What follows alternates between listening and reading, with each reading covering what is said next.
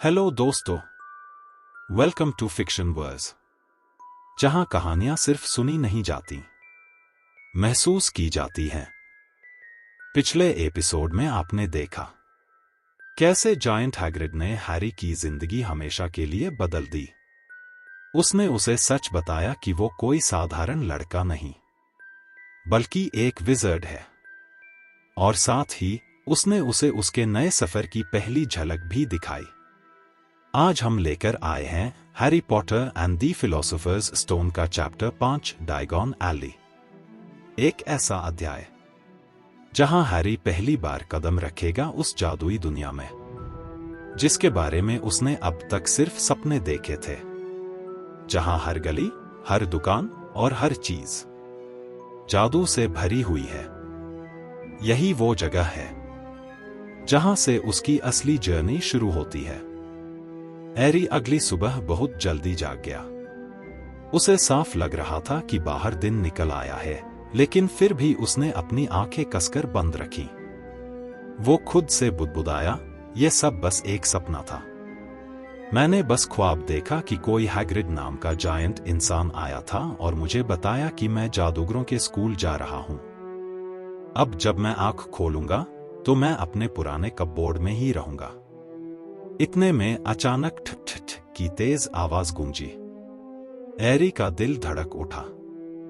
पक्का aunty petunia ही दरवाजे पर दस्तक दे रही होंगी, उसने सोचा, और मन ही मन थोड़ा उदास हो गया। लेकिन उसने आंखें फिर भी नहीं खोली। सपना इतना अच्छा था कि वो उससे बाहर ही नहीं आना चाहता था। ठक ठक ठक। हैरी बड़बड़ाया, ठीक है, उठ रहा हूं। वो बैठ गया और देखा कि हैग्रिड की भारी कोट उस पर से फिसल कर नीचे गिर गई है। झोपड़ी अब धूप से भर चुकी थी, बाहर का तूफान थम चुका था। सोफा धंसा हुआ था और उस पर हैग्रिड गहरी नींद में सो रहा था। तभी खिड़की पर एक उल्लू चोंच मारते हुए बैठा था, जिसकी चोंच में एक अखबार दबा था। हैरी उछल कर उठा। उसका दिल खुशी से इतना भर गया कि जैसे सीने में कोई बड़ा गुब्बारा फूल रहा हो। वो फौरन खिड़की की तरफ भागा और उसे झटके से खोल दिया। उल्लू फड़फड़ाता हुआ अंदर आया और अखबार सीधे हैग्रिड के ऊपर गिरा दिया, लेकिन हैग्रिड जरा भी नहीं हिला। फिर उल्लू फर्श पर उतरा और हैग्रिड के कोट को चोंच से नोचने लगा। हैरी ने फौरन टोका, अरे ये मत करो। उसने हाथ हिलाकर उल्लू को भगाने की कोशिश की, लेकिन उल्लू ने गुस्से में अपनी चोंच उसकी तरफ चटकाई और कोट पर हमला करता रहा। हैरी ने जोर से पुकारा, हैग्रिड, यहां एक उल्लू है। हैग्रिड ने सोफे में मुंह दबाए हुए ही बड़बड़ाया, भुगतान कर दो उसका। हैरी चौंक गया, क्या? अखबार देने का दाम चाहता है? कोट की जेब में देखो। हैरी ने हैग्रिड का भारी कोट उठाया। वो कोट मानो सिर्फ जेबों से बना था, कहीं चाबियां, कहीं घोंघों की गोलियां, धागों की गेंदें, पुदीने की टॉफियां, चाय की थैलियां, और आखिरकार उसे कुछ अजीब से सिक्के मिले। हैग्रिड ने नींद में ही कहा, 5 नट्स दे देना। छोटे वाले कांसे के सिक्के। हैरी ने 5 छोटे छोटे कांसे के सिक्के गिने और उल्लू ने अपना पैर आगे बढ़ा दिया। वहां बंधी छोटी सी चमड़े की थैली में हैरी ने सिक्के डाल दिए। बस फिर क्या था, उल्लू फड़फड़ाता हुआ खिड़की से बाहर निकल गया। इतने में हैग्रिड ने जोरदार अंगड़ाई लेते हुए जम्हाई ली और उठकर बैठ गया। चलना चाहिए हैरी, आज बहुत काम है। लंदन जाना है और तेरे स्कूल का सारा सामान खरीदना है। हैरी उन जादुई सिक्कों को उलट पलट कर देख रहा था। तभी उसके मन में एक बात आई, जिसने उस गुब्बारे जैसी खुशी को पिचका दिया। उसने हिचकिचाते हुए कहा, हैग्रिड। हम्मा।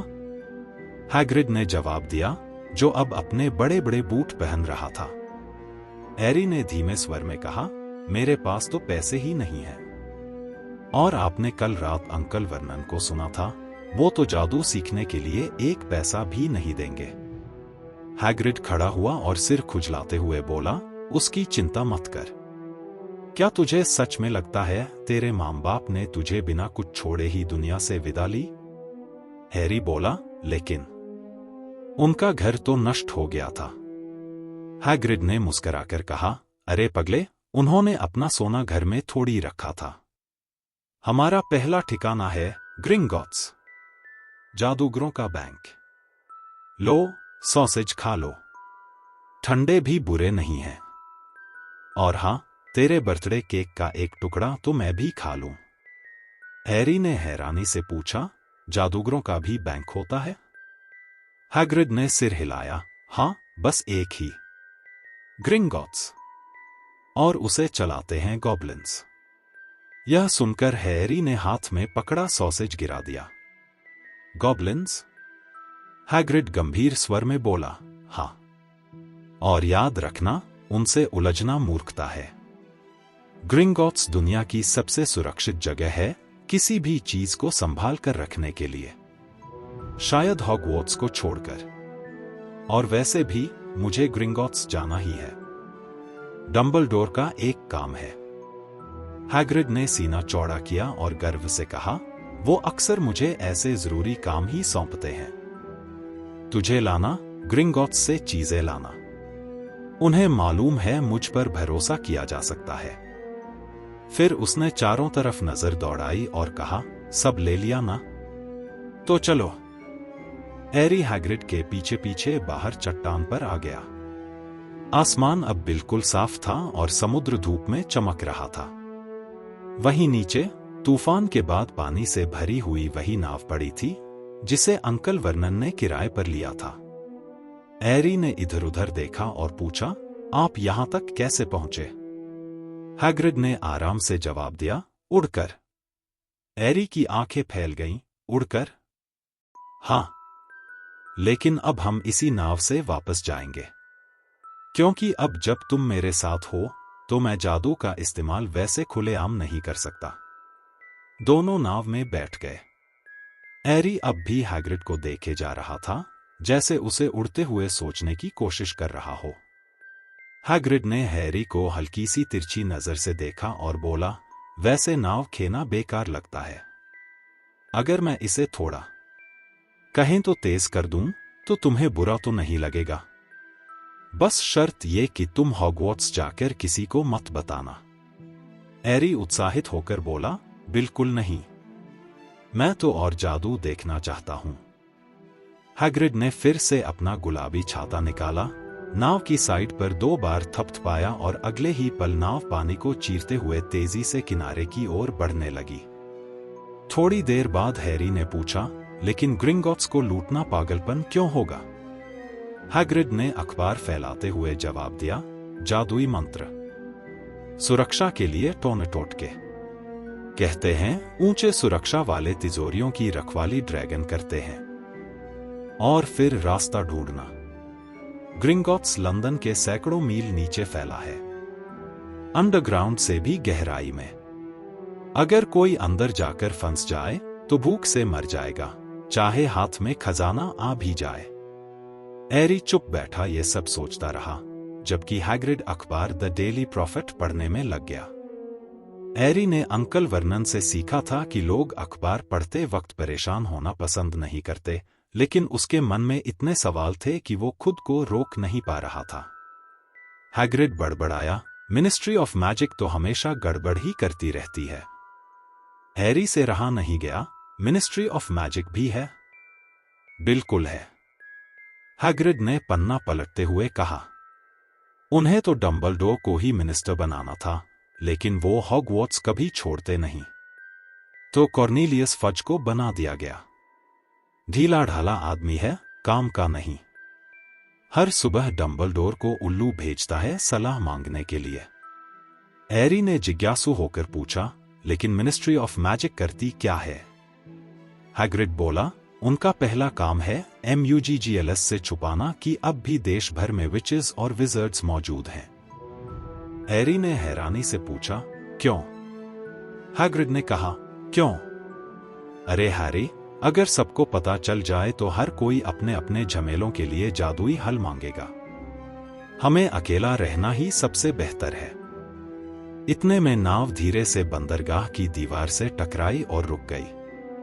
हैग्रिड ने अखबार मोड़ा और दोनों पत्थरों की सीढ़ियां चढ़कर सड़क पर आ गए। जैसे ही वो छोटे से कस्बे से स्टेशन की ओर बढ़े, लोग रास्ते में रुक रुक कर हैग्रिड को देखने लगे। हैरी समझ सकता था क्यों। हैग्रिड किसी भी आम इंसान से 2 गुना लंबा था। ऊपर से वो बार बार इशारा करके ऊंची आवाज में कहता, देख रहे हो हैरी, ये मगल्स कैसी कैसी चीजें बना लेते हैं, है न मजेदार। हैरी हांफते हुए बोला, हैग्रिड, आपने कहा था ग्रिंगॉट्स में ड्रैगन भी होते हैं। हैग्रिड ने हंसते हुए कहा, लोग ऐसा ही कहते हैं। और सच बताऊं तो मुझे खुद भी एक ड्रैगन चाहिए। हैरी चौंका, आपको ड्रैगन चाहिए? हैग्रिड ने सपनीली आवाज में कहा, हाँ, बचपन से ही चाहता हूं। खैर, पहुंच गए। अब वे स्टेशन पहुंच चुके थे। लंदन जाने वाली ट्रेन 5 मिनट में थी। हैग्रिड, जिसे मग्गल मनी की समझ बिल्कुल नहीं थी, उसने सारे नोट हैरी को पकड़ा दिए ताकि वो टिकट खरीद सके। ट्रेन में भी लोग हैग्रिड को घूरते रहे। वो 2 सीटों पर फैला हुआ बैठा था और हाथों में पीली सी धूप जैसी रंग की ऊन से कुछ बुन रहा था, जो किसी सर्कस टेंट जैसा लग रहा था। उसने हैरी से पूछा, अब भी तेरे पास हॉगवर्ट्स का लेटर है ना, हैरी? हैरी ने तुरंत अपनी जेब से पार्चमेंट वाला लिफाफा निकालकर दिखाया। हैग्रिड ने मुस्कुराते हुए कहा, अच्छा, अब तेरे पास सब सामान की लिस्ट भी है। हैरी ने लिफाफे से एक और पन्ना निकाला, जिसे उसने पिछली रात देखा ही नहीं था। उस पर लिखा था, Hogwarts school of witchcraft and विजर्डरी। उसमें पहली साल के विद्यार्थियों के लिए जरूरी चीजों की पूरी लिस्ट थी। काले रंग के 3 सेट साधारण कामकाज के गाउन, एक नुकीली टोपी दिन के समय के लिए, ड्रैगन की खाल या वैसी ही किसी मजबूत चीज से बने दस्ताने, सर्दियों का काला चोगा चांदी की क्लिपिंग्स के साथ। फिर किताबों की लंबी लिस्ट, जादू, इतिहास, स्पेल्स, पोशन मेकिंग और यहां तक कि Fantastic Beasts and Where to Find Them भी। और आखिर में अलग से लिखा था, पहली साल के बच्चों को अपना झाड़ू लाने की अनुमति नहीं है। हैरी ने धीरे से कहा, ये सब चीजें क्या हम लंदन में खरीद सकते हैं? हैग्रिड ने भारी आवाज में जवाब दिया, अगर पता हो कहाँ जाना है तो हाँ। हैरी ने सिर हिलाया। वो इससे पहले कभी लंदन नहीं गया था। हैग्रिड को रास्ता मालूम तो था, लेकिन साफ लग रहा था कि वो आम तरीके से सफर करने का आदी नहीं था। अंडरग्राउंड रेलवे पर टिकट बैरियर में हैग्रिड फंस गया और जोर जोर से बड़बड़ाने लगा कि सीटें बहुत छोटी हैं और ट्रेन बहुत धीमी। टूटे फूटे एस्केलेटर से ऊपर चढ़ते हुए उसने कहा, मुझे समझ नहीं आता मगल्स बिना जादू के कैसे जी लेते हैं। ऊपर पहुंचकर वो दोनों एक चहल पहल वाली सड़क पर आ गए। हैग्रिड इतना बड़ा था कि भीड़ उसके सामने अपने आप हटती जा रही थी।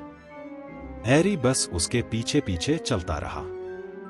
उन्होंने किताबों की दुकानें, म्यूजिक स्टोर, हैमबर्गर रेस्टोरेंट्स, सिनेमाघर देखे, लेकिन कहीं भी जादुई छड़ी बेचने वाली दुकान का नामोनिशान नहीं था।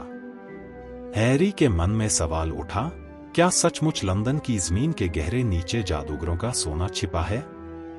क्या सच में ऐसी दुकानें होंगी जो जादुई किताबें और झाड़ू बेचती हैं? या कहीं ये सब कोई बड़ा मजाक तो नहीं जो डर्सलेस ने उसके साथ खेला हो? लेकिन फिर उसने सोचा, नहीं, डर्सलेस में इतना ह्यूमर तो बिल्कुल नहीं। और फिर भी जितनी भी अजीब बातें अब तक हैग्रिड ने बताई थीं, हैरी को उस पर यकीन किए बिना चैन नहीं आ रहा था। अचानक हैग्रिड एक जगह रुक गया और बोला, लो, पहुंच गए। यही है द लीकी कॉल्ड्रन। बड़ा मशहूर जगह है। हैरी ने सामने देखा, एक छोटी सी जर्जर सी शराब खाना। अगर हैग्रिड ने इशारा न किया होता तो शायद हैरी को उसका एहसास भी न होता।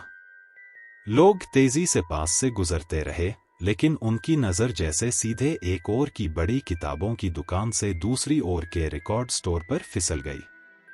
जैसे कि वो लीकी कॉल्ड्रन को देख ही नहीं पा रहे हों।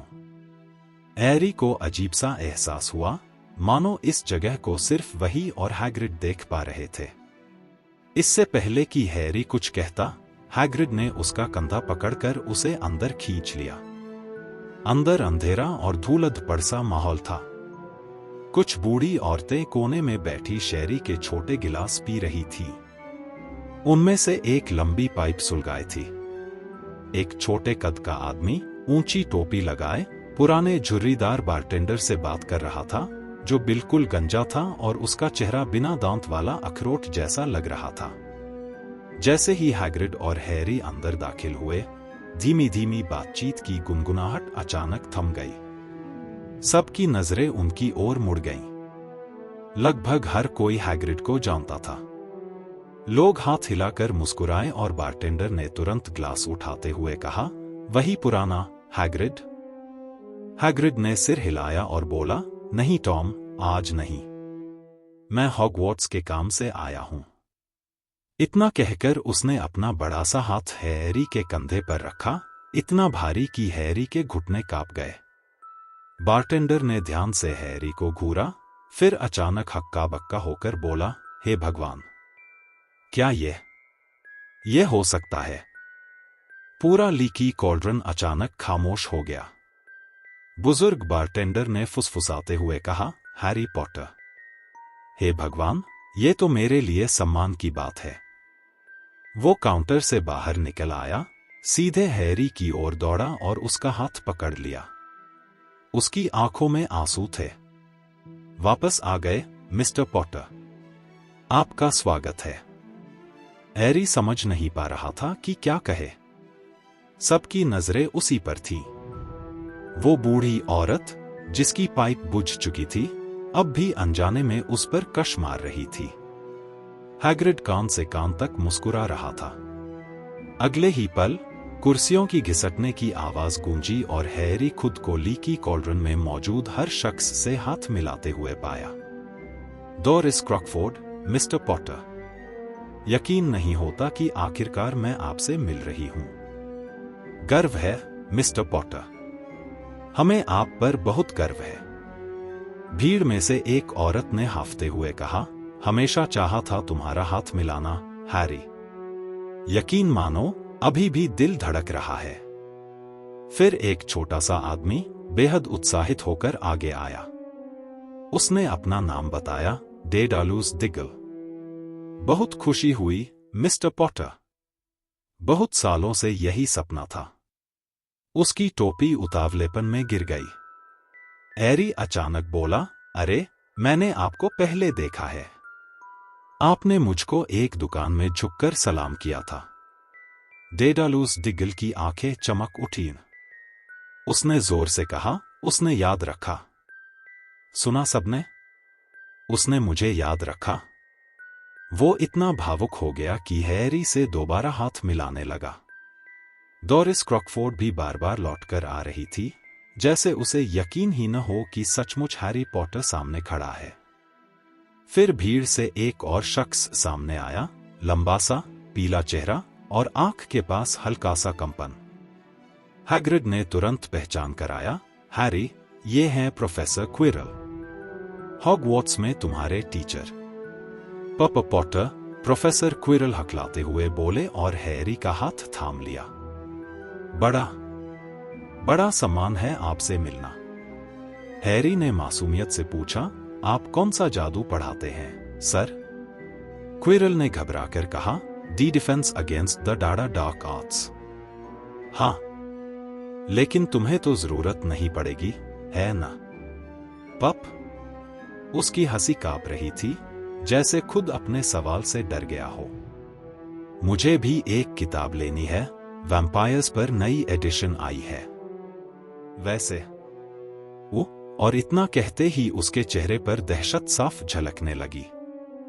लेकिन बाकी लोग क्विरल को ज्यादा देर तक हैरी के पास नहीं टिकने दे रहे थे। कोई हाथ मिलाना चाहता, कोई बस उसे छू लेना चाहता। लगभग 10 मिनट बाद हैग्रिड ने ऊंची आवाज में कहा, बस अब चलना होगा। अभी बहुत सामान लेना है। डोरिस क्रॉकफोर्ड ने आखिरी बार हाथ मिलाया और हैग्रिड हैरी को भीड़ से निकालकर बार के पीछे एक छोटे से आंगन में ले गया। वहां बस एक कूड़ादान और कुछ जंगली घासें थी। हैग्रिड ने मुस्कुराकर कहा, कहा था ना, तू मशहूर है। देखा सबको? यहां तक कि प्रोफेसर क्विरल भी कांप रहे थे तुझसे मिलने में। वैसे वो तो अक्सर कांपते ही रहते हैं। हैरी ने आश्चर्य से पूछा, क्या वो हमेशा इतने नर्वस रहते हैं? हाँ, बेचारा। दिमाग से तेज है, लेकिन किताबों में ठीक था। 1 साल बाहर निकलकर प्रैक्टिकली एक्सपीरियंस लेने गया था। कहते हैं ब्लैक फॉरेस्ट में वैम्पायर्स से टकरा गया, फिर एक बदमाश हैक से भी। तब से बेचारा बदल गया। अब तो अपने ही स्टूडेंट्स और सब्जेक्ट से डरता है। खैर, मेरी छतरी कहाँ गई? हैरी का सिर घूम रहा था। वैम्पायर्स? हैग्स? ये सब क्या था? लेकिन हैग्रिड पहले से दीवार के ईंटें गिन रहा था। 3 ऊपर, 2 साइड में। हाँ, यही है। अब पीछे हट, हैरी। उसने अपनी छतरी की नोक से ईंट पर 3 बार टैप किया। अचानक वह ईंट कांपी, हिली, फिर उसके बीच में छोटा सा छेद बना। छेद बढ़कर चौड़ा हुआ, फिर और फैल गया। कुछ ही पलों में उनके सामने एक विशाल दरवाजे जैसा मेहराब बन गया। उस मेहराब के पार पत्थरों से बनी टेढ़ी मेढ़ी सड़क नजर आ रही थी, जो मोड़ दर मोड़ दूर तक जाती थी। हैग्रिड ने गर्व से कहा, वेलकम। डायगॉन एली में तेरी पहली एंट्री। हैरी की आंखें फैल गईं। उसके लिए ये सपनों जैसा था। वो कुछ कह ही नहीं पाया, बस उस रंगीन नजारे को देखता रह गया। दोनों आगे बढ़े। हैरी ने पीछे मुड़कर देखा। जिस आर्च से वो गुजरे थे, वह तुरंत सिकुड़कर फिर से साधारण ईंट की दीवार बन गया। धूप पत्थरों से बनी दुकानों पर चमक रही थी। पहली दुकान के बाहर ही अलग अलग तरह के कड़ाहे रखे थे, कॉपर, ब्रास, प्यूटर, सिल्वर, और कुछ तो अपने आप हिल भी रहे थे। ऊपर लगे बोर्ड पर लिखा था, cauldrons, all sizes, self stirring, collapsible. Hagrid ने कहा, हाँ, तुझे एक कॉल्ड्रॉन जरूर लेना होगा, लेकिन पहले बैंक से पैसे निकालते हैं। हैरी की नजरें चारों तरफ भाग रही थीं। उसे लग रहा था कि उसके पास अगर 8 आंखें भी होती तो भी काफी न पड़ती। हर दुकान के बाहर अजीब चीजें रखी थीं, लोग खरीदारी कर रहे थे और हवा में एक जादुई हलचल थी। एक दवा की दुकान के बाहर खड़ी मोटी औरत सिर हिला रही थी और बड़बड़ाई, ड्रैगन का लिवर, 17 सिकल्स प्रति आउंस। पागल हो गए हैं। एक हल्की सी हू हू की आवाज आई। हैरी ने मुड़कर देखा। अंधेरे से घिरी एक दुकान थी, जिस पर साइन टंगा था, ई लॉपसाउल emporium tawny, screech, barn, brown, snowy. खिड़की के अंदर अलग अलग नस्लों की उल्लू चमकती आंखों से बाहर झांक रही थी।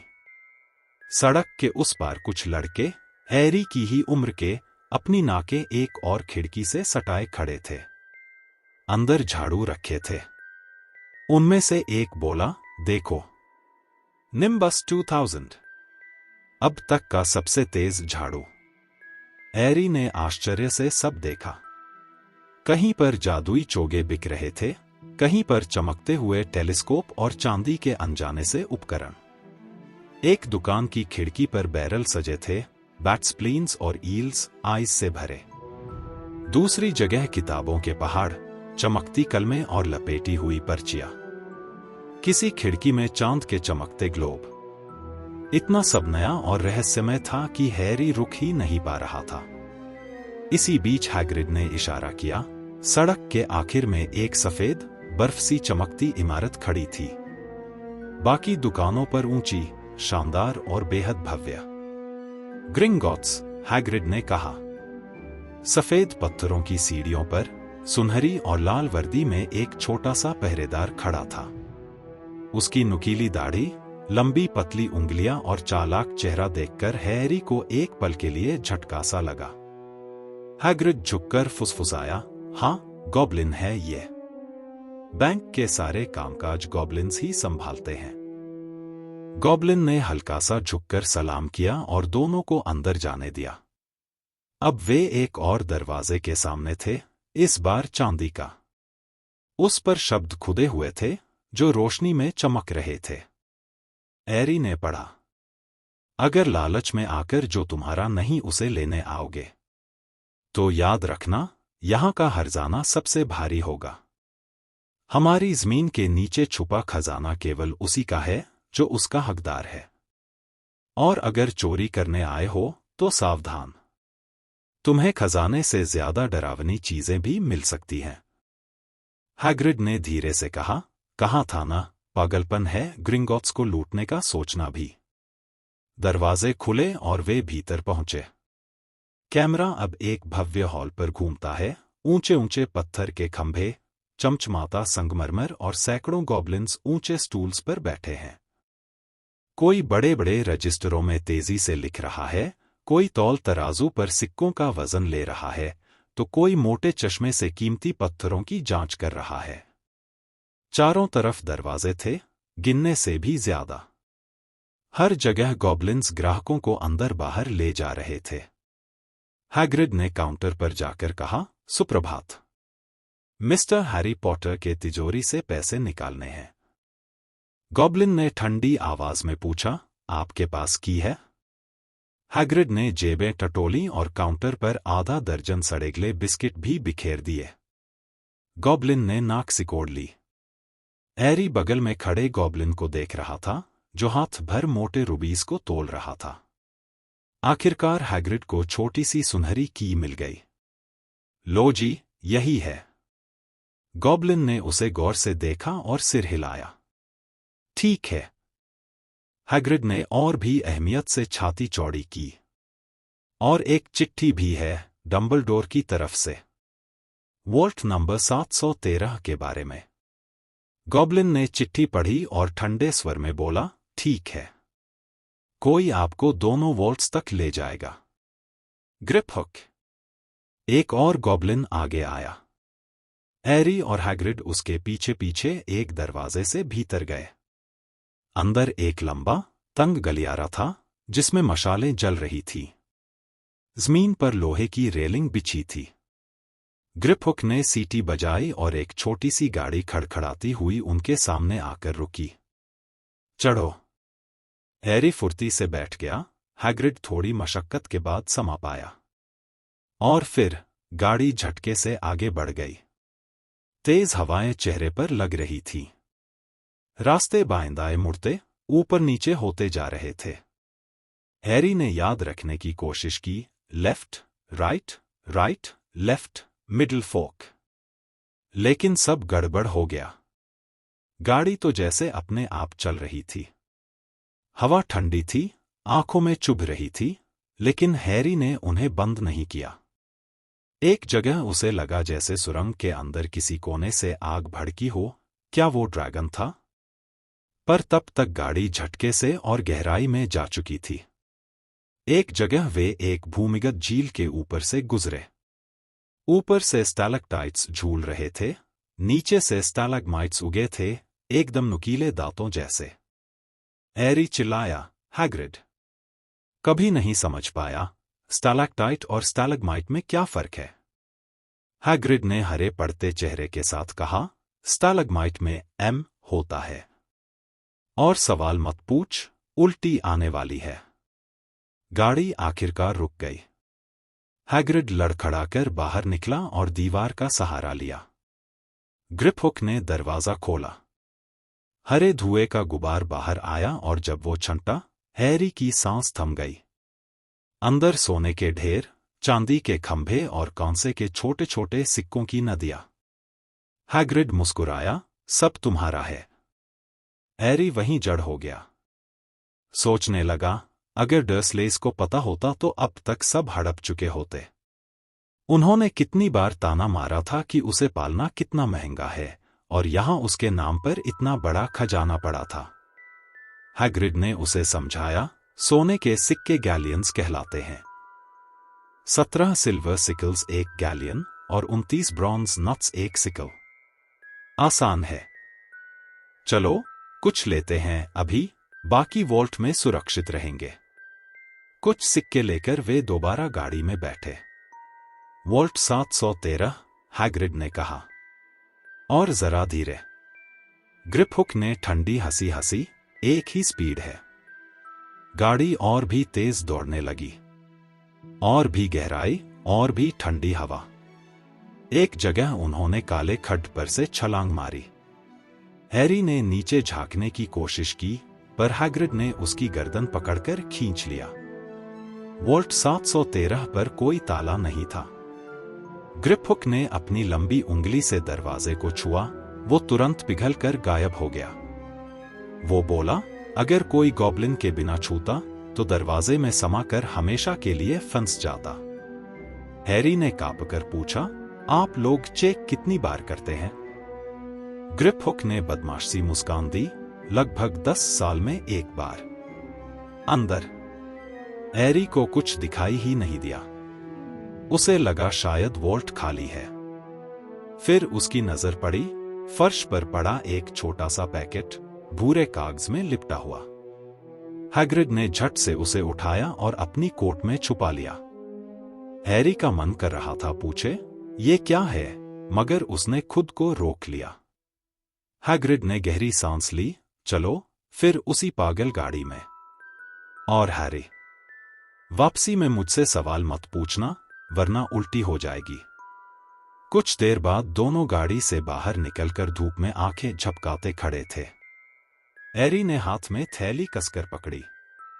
उसे गिनती नहीं आती थी कि एक गैलियन कितने पाउंड्स के बराबर होगा, लेकिन ये जरूर समझ गया कि उसकी जिंदगी में पहली बार उसके पास सचमुच बहुत पैसा था। इतना पैसा शायद डडली के पास भी कभी नहीं रहा होगा। Madam Malkin's robes for all occasions की चमकदार खिड़की के सामने रुककर हैग्रिड ने कहा, चल अब तेरे यूनिफॉर्म ले लेते हैं हैरी।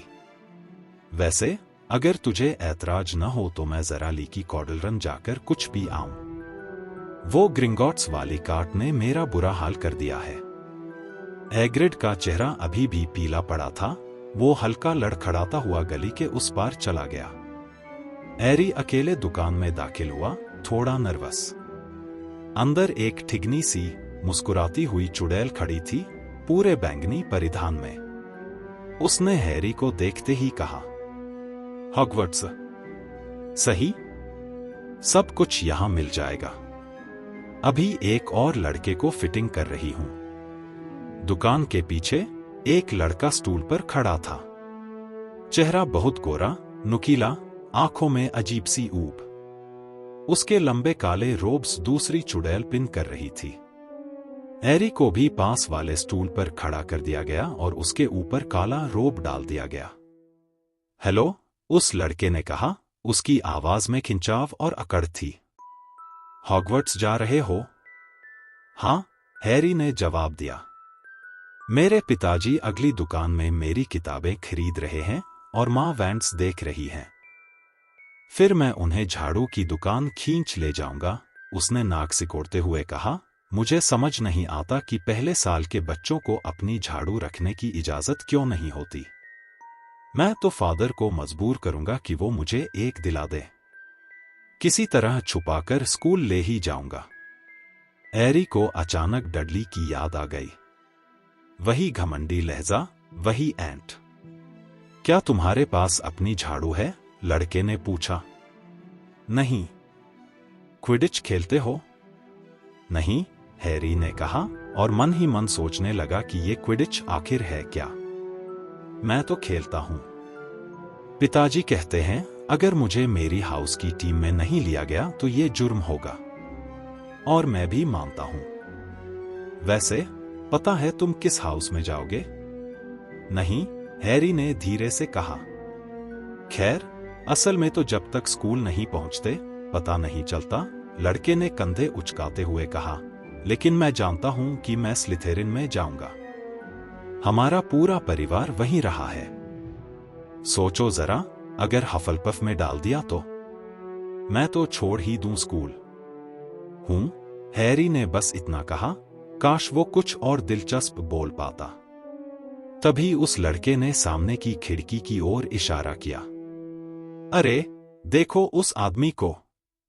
हैरी ने बाहर देखा। हैग्रिड खड़ा था, खिड़की से झांकते हुए मुस्कुराया और 2 बड़े आइसक्रीम हाथों में दिखाकर इशारा किया कि वो अंदर नहीं आ सकता। वो हैग्रिड है, हैरी ने कहा, मन ही मन खुश कि उसे कुछ ऐसा पता था जो इस अकड़ू लड़के को नहीं मालूम। वो हॉगवर्ट्स में काम करता है। ओह, लड़के ने कहा, सुना है उसके बारे में। वो कुछ नौकर जैसा है ना? वो गेम कीपर है, हैरी ने ठंडे लहजे में कहा। उसे अब ये लड़का बिल्कुल पसंद नहीं आ रहा था। हाँ, वही तो। कहते हैं बड़ा जंगली सा आदमी है। स्कूल के ग्राउंड में झोपड़ी में रहता है और जब तब नशे में होकर जादू करने की कोशिश करता है और फिर अपना बिस्तर ही जला डालता है। मुझे वो बहुत अच्छे लगते हैं, हैरी ने सख्ती से कहा। सच में? लड़के ने हल्की सी मुस्कान के साथ कहा, तो फिर वो तुम्हारे साथ क्यों है? तुम्हारे माता पिता कहाँ हैं? हैरी का चेहरा अचानक गंभीर हो गया। वो मर चुके हैं। ओह, सॉरी, लड़का बोला, लेकिन उसके स्वर में बिल्कुल भी अफसोस नहीं था। लेकिन वो हमारे जैसे ही थे ना? हाँ, हैरी ने ठंडे स्वर में कहा, मेरे माता पिता एक चुड़ैल और जादूगर थे। मैं तो सोचता हूं कि बाकी लोगों को तो स्कूल में आने ही नहीं देना चाहिए। वो हमारी तरह नहीं होते। कई तो ऐसे होते हैं जिन्हें हॉगवर्ट्स का नाम तक नहीं पता होता जब तक चिट्ठी नहीं मिलती। मेरा मानना है कि पुराने जादुई परिवारों में ही रहना चाहिए। तुम्हारा सरनेम क्या है वैसे? लेकिन तभी मैडम मालकिन ने कहा, लो बेटा, तुम्हारी फिटिंग हो गई। हैरी तुरंत स्टूल से कूदकर नीचे आ गया। उसे अच्छा ही लगा कि इस लड़के से बातचीत खत्म हो गई। ठीक है, हॉगवर्ट्स में मिलेंगे फिर, लड़के ने खिंचाव वाली आवाज में कहा। बाहर निकलकर हैरी ने हैग्रिड के साथ बैठकर आइसक्रीम खाई, चॉकलेट और रस भरी के साथ ऊपर से कटे हुए मेवे। लेकिन हैरी ज्यादा चुप सा था। क्या हुआ? हैग्रिड ने पूछा। कुछ नहीं, हैरी ने झूठ कहा। दोनों ने साथ में परचमेंट और पंख खरीदे। हैरी थोड़ा खुश हुआ जब उसने एक बोतल देखी जिसमें स्याही लिखते लिखते रंग बदलती थी। फिर उसने अचानक पूछा, हैग्रिड, ये क्विडिच क्या है? हैग्रिड ने चौंक कर कहा, ओह हैरी, मैं तो भूल ही जाता हूं कि तुझे कुछ भी पता नहीं। तुझे क्विडिच तक नहीं पता? मुझे और मत शर्मिंदा करो, हैरी ने धीरे से कहा। और फिर उसने हैग्रिड को उस गोरे चेहरे वाले लड़के के बारे में सब बता दिया। उसने कहा कि मगल परिवारों से आने वालों को तो हॉगवर्ट्स में आने ही नहीं देना चाहिए। हैग्रिड ने हंसते हुए कहा, अरे, वो जानता ही नहीं कि तू कौन है। अगर उसके माँ बाप जादूगर हैं, तो तेरे नाम से वो बड़ा हुआ होगा। और तुझे तो पता है, लीकी कॉडलरन में सबका हाल देखकर ही समझ गया होगा। और वैसे भी मगल परिवारों से आने वाले भी बहुत महान जादूगर निकले हैं। तेरी माही को देख ले, और उसके पास कैसी बहन थी। हैरी ने हल्की मुस्कान दी। तो फिर ये क्विडिच है क्या? हैग्रिड ने समझाना शुरू किया। ये हमारा खेल है, जादूगरों का खेल। जैसे मगल दुनिया में फुटबॉल होता है, वैसे हमारी दुनिया में क्विडिच। सब इसका दीवाना है।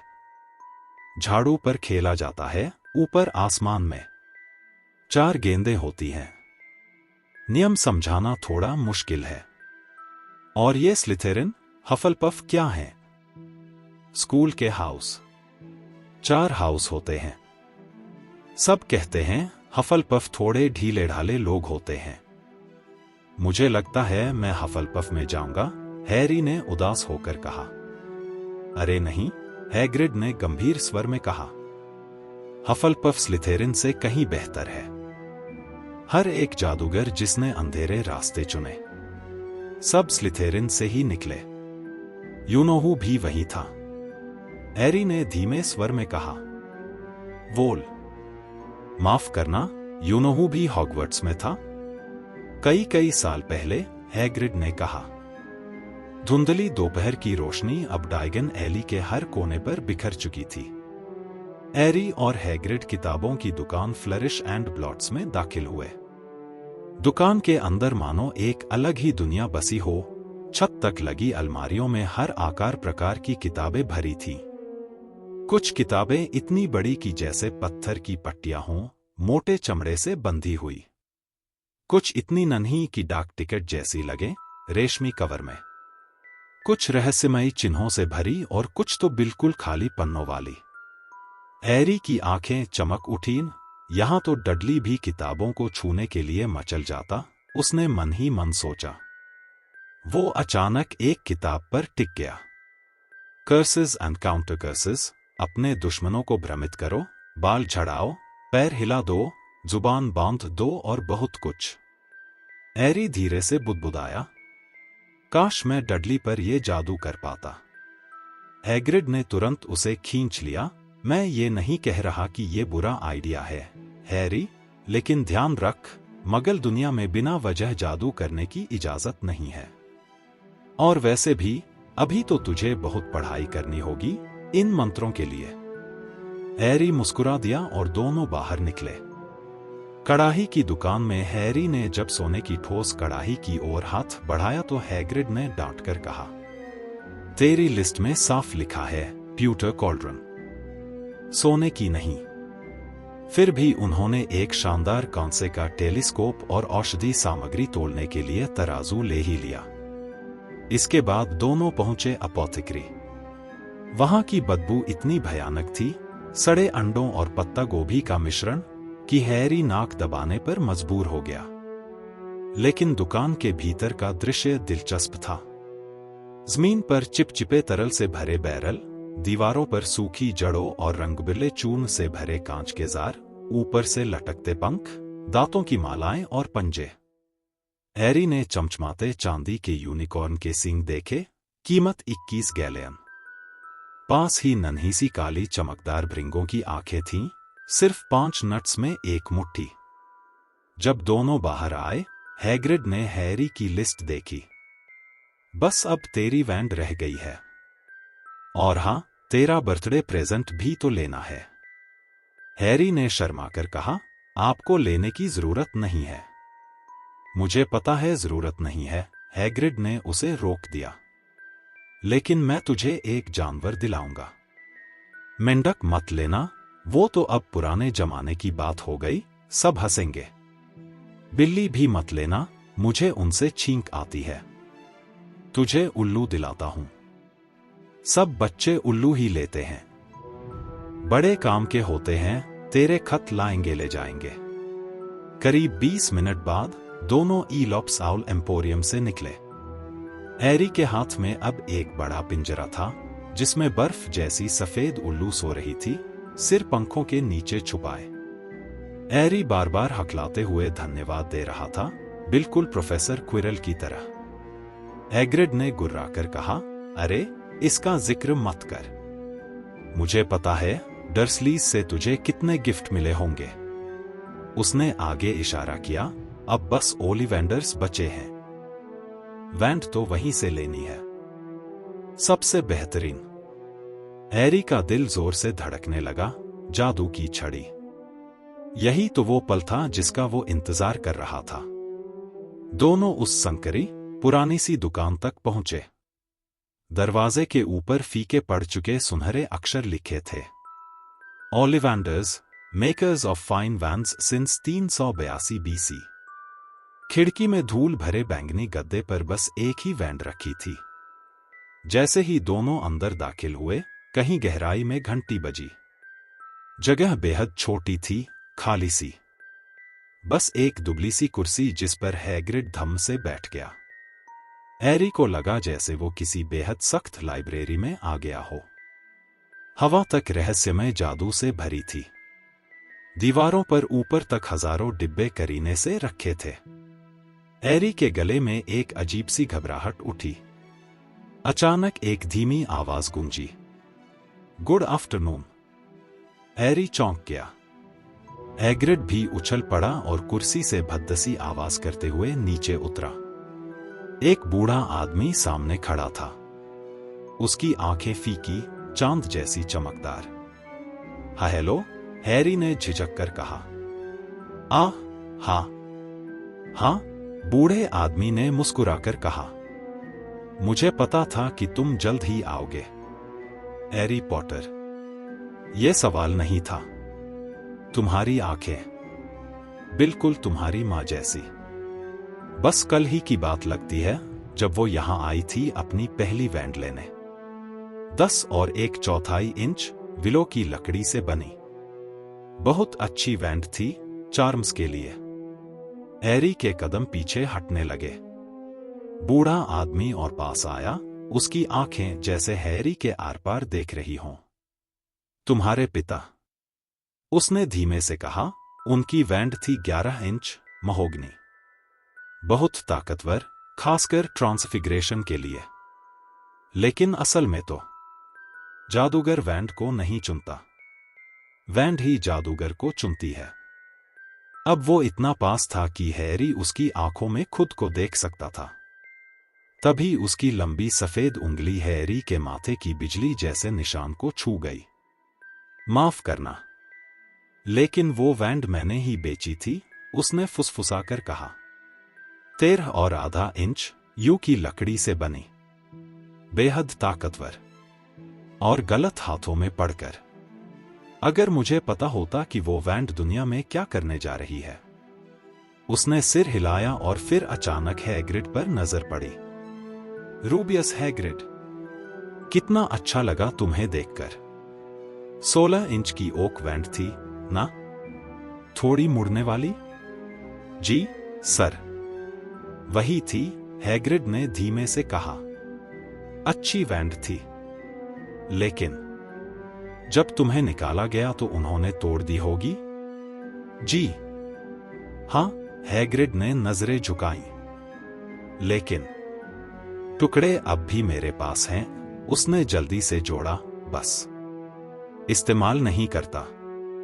ओलिवेंडर ने उसकी गुलाबी छतरी पर गहरी नजर डाली। हूं। फिर उसने हैरी की ओर रुख किया।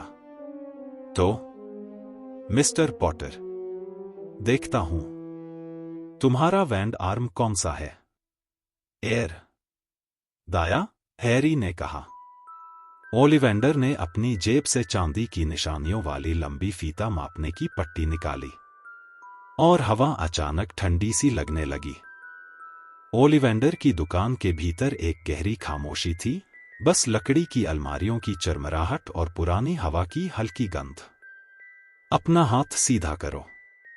हाँ, बस ऐसे। लंबा सा चांदी का फीता अपने आप हैरी की नाप लेने लगा, कंधे से उंगलियों तक, कलाई से कुहनी, सिर के चारों ओर, यहां तक कि नथुनों के बीच तक। हैरी हैरान था कि ओलिवेंडर तो इधर-उधर बक्सों में टटोल रहे थे और फीता अपने आप चल रहा था। हर ओलिवेंडर वैंड के भीतर एक असली जादुई तत्व होता है। ओलिवेंडर बुदबुदाए, यूनिकॉर्न के बाल, फीनिक्स के पंख या ड्रैगन के दिल की नसें। और कोई भी वैंड बिल्कुल दूसरी जैसी नहीं होती। जैसे 2 यूनिकॉर्न, 2 ड्रैगन या 2 फीनिक्स कभी एक जैसे नहीं होते। फीता अचानक ढीला होकर जमीन पर गिर पड़ा। ठीक है मिस्टर पॉटर, अब ये आजमाइए। उन्होंने पहला डिब्बा खोला, बीचवुड और ड्रैगन हार्टस्ट्रिंग, 9 इंच लंबी। लीजिए, इसे बस घुमाइए। हैरी ने झेंपते हुए हल्का सा हाथ घुमाया, लेकिन ओलिवेंडर ने तुरंत झपटकर वैंड वापस ले ली। नहीं नहीं, ये नहीं। अच्छा, ये ट्राई करो, मेपल और फीनिक्स फेदर, 7 इंच, काफी लचीली। हैरी ने कोशिश की, लेकिन ओलिवेंडर का चेहरा तुरंत फिर नाखुश हो गया। नहीं। चलो देखते हैं। एबनी और यूनिकॉर्न हेयर, 8.5 इंच, मजबूत। एक एक करके डिब्बे खुलते गए, वैंड्स हाथों में आईं और वापस चली गईं। कुर्सी पर वैंड्स का ढेर लग गया। लेकिन हैरानी की बात यह थी कि ओलिवेंडर का चेहरा और ज्यादा चमक रहा था। मजेदार मामला है। मुश्किल कस्टमर हो तुम, लेकिन चिंता मत करो, तुम्हारी वैंड यहीं है। उन्होंने एक गहरी सांस ली, फिर अचानक जैसे उन्हें कोई ख्याल आया। हाँ, क्यों नहीं? ये देखो, काफी अनोखा कॉम्बिनेशन। हॉली और फीनिक्स फेदर। 11 इंच। एरी ने वैंड उठाई। जैसे ही उसकी उंगलियां लकड़ी को छुईं, एक गर्म लहर सी उसकी हथेली में दौड़ गई। उसने वैंड ऊपर उठाई और हल्के से नीचे घुमाई। अचानक हवा में लाल और सुनहरी चिंगारियों की बारिश फूट पड़ी, जैसे आतिशबाजी हो। दीवारों और छत पर रोशनी नाच उठी। वाह! हैग्रिड ने खुश होकर ताली बजाई। ओलिवेंडर की आंखें चमक उठीं। शानदार! बहुत बढ़िया! कितना दिलचस्प! कितना अजीब! उन्होंने वैंड को वापस डिब्बे में रख दिया और उसे भूरे कागज में लपेटते हुए बुदबुदाते रहे। अजीब! बहुत अजीब! एरी झिझकते हुए बोला, क्या? क्या अजीब? ओलिवेंडर की ठंडी नजरें उस पर टिक गईं। मुझे हर वैंड याद है जो मैंने बेची है। और ये फीनिक्स जिसके पंख से तुम्हारी वैंड बनी है, उसने सिर्फ एक और पंख दिया था। सिर्फ एक। और वही दूसरी वैंड, वही थी जिसने तुम्हें यह निशान दिया। एरी का गला सूख गया। हाँ, 13 और आधा इंच यू की लकड़ी। कितना अजीब है ना? लेकिन याद रखो, वैंड हमेशा जादूगर को चुनती है। और मुझे यकीन है, मिस्टर पॉटर, तुमसे बड़ी चीजें होंगी। वो धीरे से बोले, वो जिसका नाम नहीं लिया जाना चाहिए। उसने भी महान काम किए थे। भयानक, हां, मगर महान। एरी कांप गया। उसने जल्दी से 7 गैलेन दिए और ओलिवेंडर ने उन्हें झुककर विदा किया। देर दोपहर की धूप अब डायगन एली के ऊपर झुकी हुई थी। दोनों वापस लीकी कॉल्ड्रन से गुजरे, फिर ईंटों की दीवार से, और आखिरकार मगल दुनिया में लौट आए। एरी अब तक चुप था। मेट्रो में लोग घूर रहे थे, अजीब सी पैकिंग, बड़े बड़े बक्से, और उसकी गोद में सोती सफेद उल्लू। लेकिन वो सब भूल चुका था। पैडिंगटन स्टेशन पर हैग्रिड ने कंधे पर हाथ रखा। तेरे ट्रेन जाने में थोड़ा टाइम है। चल, बर्गर खा लेते हैं। प्लास्टिक की कुर्सियों पर बैठकर दोनों ने बर्गर खाया। एरी चारों तरफ देखता रहा। सब कुछ उसे अचानक अजीब सा लग रहा था। हैग्रिड ने चिंता से पूछा, सब ठीक है ना, हैरी? तू बड़ा चुप है। हैरी ने धीरे से कहा, सब लोग सोचते हैं मैं बहुत खास हूं। लेकिन मुझे तो जादू के बारे में कुछ पता भी नहीं। मैं तो ये भी नहीं जानता कि उस रात क्या हुआ था। बस इतना कि मैं मशहूर हूं किसी चीज के लिए जिसे मैं याद भी नहीं कर सकता। हैग्रिड मुस्कुराए, उनकी आंखें दाढ़ी और भौहों के पीछे से चमक रही थी। चिंता मत कर। हॉगवर्ट्स में सब शुरुआत से सीखते हैं। तू भी जल्दी सीख जाएगा। बस तू खुद बना रहना। आसान नहीं होगा, क्योंकि तू अलग है। लेकिन मुझ पे भरोसा कर, हॉगवर्ट्स में तेरा वक्त शानदार गुजरेगा। ट्रेन में चढ़ते वक्त हैग्रिड ने एक लिफाफा उसकी ओर बढ़ाया। तेरा टिकट है हॉगवर्ट्स का। 1 सितंबर, किंग्स क्रॉस स्टेशन। सब लिखा है इस पर। अगर डर्सलीज कोई दिक्कत करें तो मुझे चिट्ठी भेजना। तेरी उल्लू को रास्ता खुद पता होगा। ट्रेन धीरे धीरे चल पड़ी। एरी खिड़की से बाहर झुककर हैग्रिड को आखिरी बार देखना चाहता था, लेकिन जैसे ही पलक झपकी, हैग्रिड गायब हो चुके थे।